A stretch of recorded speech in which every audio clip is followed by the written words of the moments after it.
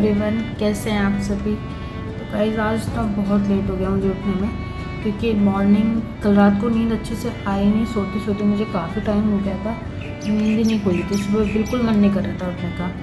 But अभी हम उठ गए हैं तो अभी शुरू करते हैं अपनी पढ़ाई। सबसे पहला काम जो हमें है, आज हमें करनी है 10th की NCERT कंप्लीट। तो हम यहीं से शुरू करेंगे। हम लास्ट दो दिन में 4 NCERTs कंप्लीट कर चुके हैं, 6th, 7th, 8th और 9th की। आज 10th की करेंगे, फिर आगे प्रोसीड करेंगे। तो बस वही करने में लगे हुए हैं अभी। और उसके बाद हम करेंगे क्विक रिवीजन। तो वो भी आप मेरे साथ देख सकते हैं, मेरे साथ जुड़ सकते हैं। आप इवन अपने खुद भी पढ़ाई शुरू कर सकते हैं। अगर आप बिगिनर हैं, आप शुरू करना चाह रहे हैं, तो NCERT से बेस्ट कुछ नहीं है। तो आप शुरू कर दीजिए इसको भी। तो चलिए शुरू करते हैं पढ़ाई।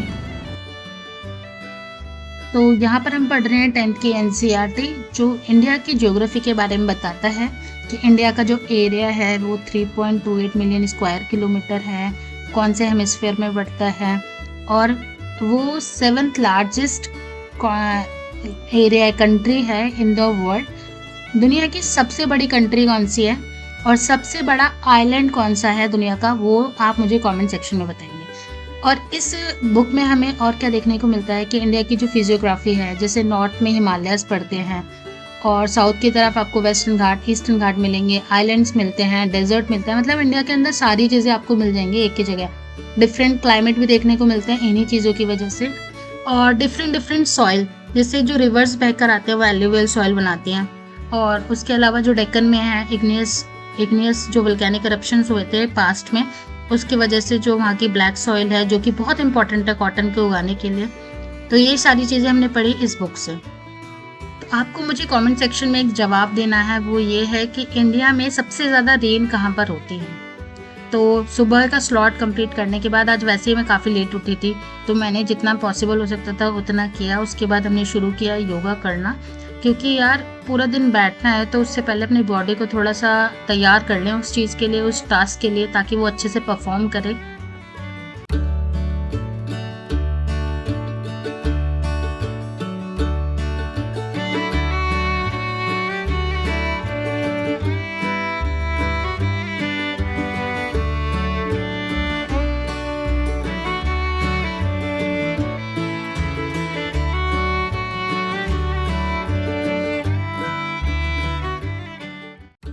तो योगा करने के बाद, सारे एक्टिविटीज़ परफॉर्म करने के बाद, अब बारी थी नाश्ता बनाने की।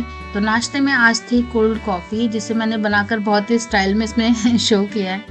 और उसके अलावा आज मैंने बनाया था पोहा। पोहा काफ़ी फिलिंग होता है और काफ़ी इजी टू मेक होता है।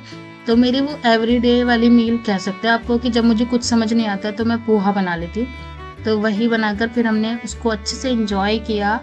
भगवान जी को थैंक यू बोला कि इतना अच्छा खाना खाने को मिलता है हमें।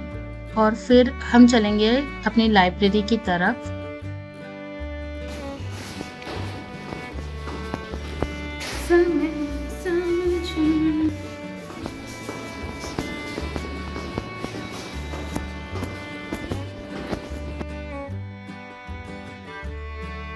लाइब्रेरी जाके सबसे पहले मैं जो काम करती हूँ वो करती हूँ न्यूज़पेपर पढ़ने का। तो न्यूज़पेपर में आज पहले ही पेज पर एक बहुत इंपॉर्टेंट न्यूज़ थी। आजकल देश में यूनिफॉर्म सिविल कोड को लेकर बहुत सारी बातें चल रही हैं। तो एज अ सिविल एस्पिरेंट आपको क्या क्या पता होना चाहिए। प्रीलिम्स के लिए आपको ये पता होना चाहिए कि कौन से पार्ट में आता है, कौन से आर्टिकल में आता है।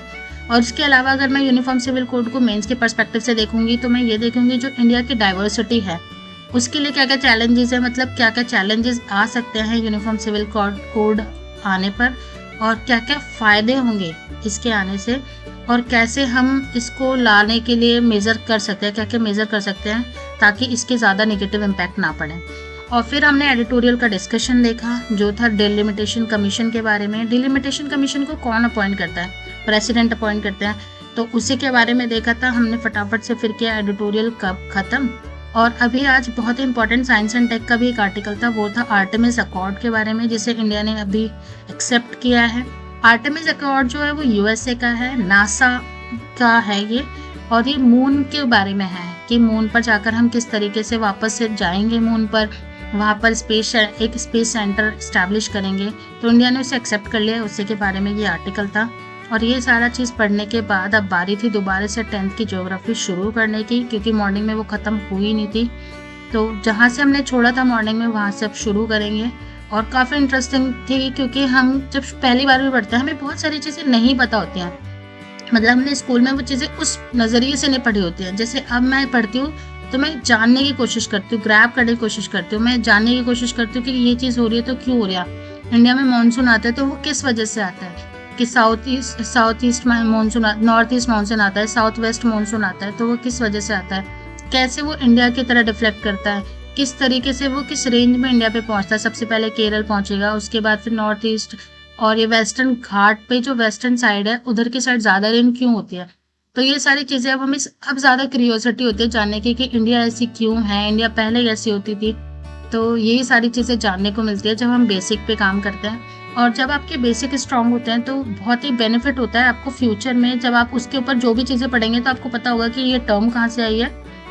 तो उसके बाद मैं लंच करने गई थी, और लंच करके आते टाइम मुझे मार्केट में दिखी जो एनसीईआरटी के एमसीक्यूज थे उनको, फिर मैं उन्हें खरीद के ले आई और वापस आकर मैंने फिर से शुरू की पढ़ाई।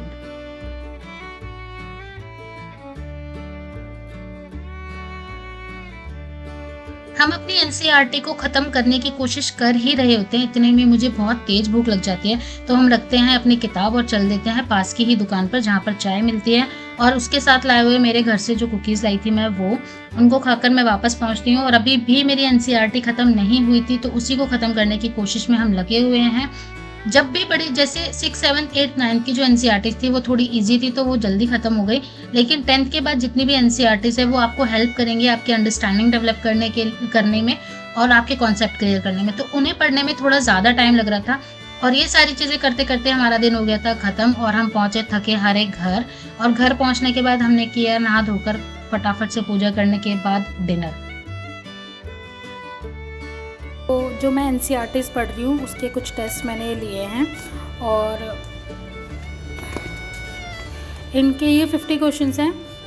एक जैसे 6th की हो गई, ये 7th की हो गई, ये 8th की हो गई। तो एनसीईआरटीज़ करने मतलब टेस्ट लगाने से क्या हो जाएगा कि मेरा एक क्विक रिवीजन हो जाएगा यहीं पे, कि मैंने जो चीज़ें पढ़ी हैं वो सही है या नहीं है, कहाँ गलती कर रही हूँ। अगर मैंने 6th की एनसीईआरटी पढ़ी है तो उसमें से कौन कौन से फैक्ट इंपॉर्टेंट हो सकते हैं और मैंने क्या क्या गलतियाँ की हैं। तो इनको अभी सॉल्व करते हैं, फिर सोएंगे। चलिए इन्हें फटाफट से सॉल्व करते हैं। और हमने अपने दिन को ख़त्म किया इन एमसीक्यूज़ के साथ, क्योंकि जो भी मैंने पूरे दिन पढ़ा है या फिर 2-3 दिन में पढ़ा है, वो इन एमसीक्यूज़ की हेल्प से मैं उनको दोबारा से रिवाइज़ कर लूँगी। तो ये था मेरा आज का पूरा दिन। आपसे मिलती हूँ मैं जल्दी ही अगले व्लॉग में। तब तक के लिए आप भी पढ़ते रहिए, खुश रहिए और बहुत सारी पॉजिटिविटी के साथ लाइफ जिए। बाय।